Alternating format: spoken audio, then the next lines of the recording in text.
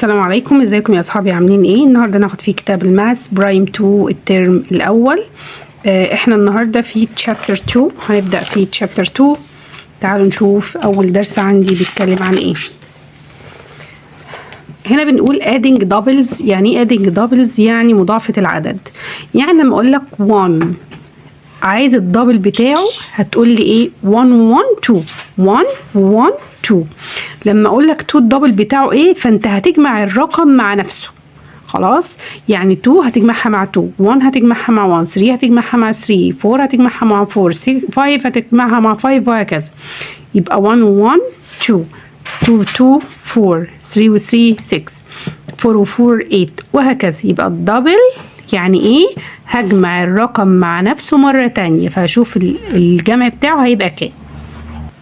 فهنا هعرف في الصفحة ديت مضاعفة كل رقم مع نفسه لحد نمبر 10.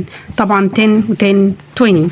طيب تعالوا نشوف هنا هو بيستخدم الموضوع دوت في ايه. اول حاجة هنا طبعا بيقول لي اد، فهجمع. اد يعني اجمع.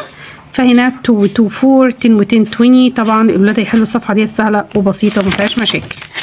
طيب تعالوا نشوف بقى ايه أهمية الدبل ده. أهمية الدبل إن أنا مثلا لما بقول لك 5 و 6 كام، فأنت مخك هيشتغل وهتقول 5 و 5 10، زودت عليهم ال1 بتاعت ال 6 بقى 11، 6 و 6 12. فأنا هعمل ايه؟ هنا 6 و 7 هعمل ايه؟ هقول ال 6 وال 6 12، وزودت عليهم ال1 بتاعت ال 7 بقى 13. هنا نفس الموضوع 3 و 3، الدبل بتاع ال 3 6. طيب 3 و 4، لما يقول لي 3 و 4 هعمل ايه؟ ال 4 ديت زادت 1 على ال 3، فهتبقى كده كام؟ ال 6 ديت هزود عليها كام؟ هزود عليها 1. طبعا الموضوع سهل وبسيط لحد دلوقتي ومفيش منه اي مشاكل. طيب هنا بقى بيقول لي counting on to add. طبعا بيقول لي الاديشن او اجمع. انا في الاديشن يا ولاد بعمل ايه؟ بحط النمبر الكبير الجري. انا عندي 2 ديجيتس، الديجيت الكبير A 6 والديجيت الصغير 2، فانا عندي واحد جريتر واحد سمولر. هحط الكبير في مخي وهطلع الصغير على ايدي واعد بعد مين؟ بعد الكبير. فانا هنا دماغي او المايند عندي فيه 6، فافتر 6 7 8، فيبقى النتيجة 8. طيب يبقى انا في الاديشن بعمل ايه؟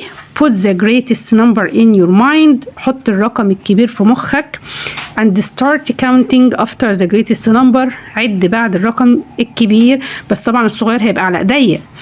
فانا هنا النمبر الديجيت الكبير عندي 5 و 8، النمبر الكبير عندي مين؟ 8. فافتر 8 9 10 11 12 13، فهتبقى الاجابه 13. طبعا الموضوع سهل برضو هنا ومفيش منه مشاكل وهنحل. طيب هنا بيتكلم عن السبتراكشن، والحقيقه ما انصحش ان احنا ندي السبتراكشن مع الجمع. يعني الاديشن ما تدوش مع السبتراكشن لان الولاد بيتلخبطوا.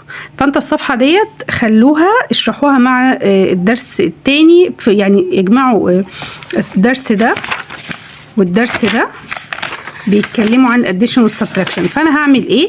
هاخد الاديشن والسبتراكشن، الاديشن هنا لوحده والسبتراكشن هنا لوحده، وهعملهم ايه؟ ما كل واحد مع بعضه في مره. طيب انا طبعا عشان اخلص شرح الدرس على بعضه فانا لازم اشرح السبتراكشن. طبعا لو وصلتوا لهنا ما تنسونيش في لايك وشير وسبسكرايب وتفعلوا الجرس لو بتشوفوني اول مره. هنا بيقول لي عشان اعمل سبتراكشن هعمل ايه؟ سبتراكشن عكس الاديشن. العلامه دي اسمها ماينس يا ولاد، والعلامه ديت طبعا اسمها بلس. طيب علامه الماينس ديت يبقى انا هشيل او هنقص او هطرح او هحذف. طيب انا لما اقول دلوقتي 7 minus 4 هعمل ايه يا مس؟ هنا بحط السمولست نمبر ان ماي مايند. يعني الرقم الصغير ده هحطه في المايند. في الاديشن طبعا قلنا الرقم الكبير هو اللي في المايند. طب بعد ما احط الصغير في المايند هعمل ايه يا ميس؟ هقفل ايدي كده وعد لحد ما اوصل للرقم الكبير وما زودش عن الرقم ده. يعني ايه؟ يعني انا بقول مثلا 4 عايزه اوصلها ل 7، هي المساله بتتقرأ 7 minus 4. طيب يبقى المايند دلوقتي فيه 4 وانا عايز اوصل لحد 7 افتر 4. طبعا انا ما بعدش بقول 4 5، لا انا بعد بعد ال4. فهقول 5 6 7. عديت كام صباع؟ عديت 3 fingers. يبقى هنا كتبت كام يا ولاد؟ كتبت 3. طيب تعالوا نقول هنا subtract. طبعا يعني او الديفرنس يعني الطرح عموما، يعني طالما شفت كلمه ديفرنس يعني هطرح. طيب المساله هنا بتقول 12 minus 7. هعمل ايه؟ هحط ال7 في المايند واقفل ايديا الاثنين واعد افتر 7 8. ما اقولش من ال7، لا انا هقول بعد ال7. 7 يبقى 8 9 10 11 12 13. اكمل ل 13 ولا ارجع؟ لا هرجع، لان هو بيقول لي ايه 12. للاسف في اولاد بيكملوا 13 14 15 وبيعدوا غلط، فانا انبه دايما الولاد ان احنا عايزين نوصل لل 12، يبقى هعد لحد الايه ال 12. فاهو 7 8 9 10 11 12. عديت كام صباع؟ 5 fingers. طبعا مسائل سهله الولاد ممكن يحلوها. وهنا برضو الدنيا تمام ما فيهاش اي مشاكل. هنا بيقول لي 5 و5 10، عشان كده 5 و6 هيبقى كام؟ هيبقى 11. طبعا هزود عليها دوت كله جمع سهل جدا وبسيط مفيش منه اي مشاكل. وهنا بيقول لي حط صح ولا غلط. يعني ايه؟ يعني انا هنا هجمع 5 و5 10. طبعا صح.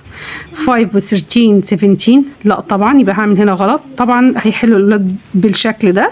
وهنا بيقول لي اختار 7 و7 9 ولا 14 ولا 15. طبعا هتبقى 14. المسائل سهله وبسيطه وما فيهاش حاجه. اتمنى الفيديو كده خلص بتاعنا الفيديو النهارده. اتمنى الفيديو يكون عجبكم. ما تنسوش لايك وشير وسبسكرايب وتفعلوا الجرس لو بتشوفوني لاول مره. والسلام عليكم ورحمه الله وبركاته.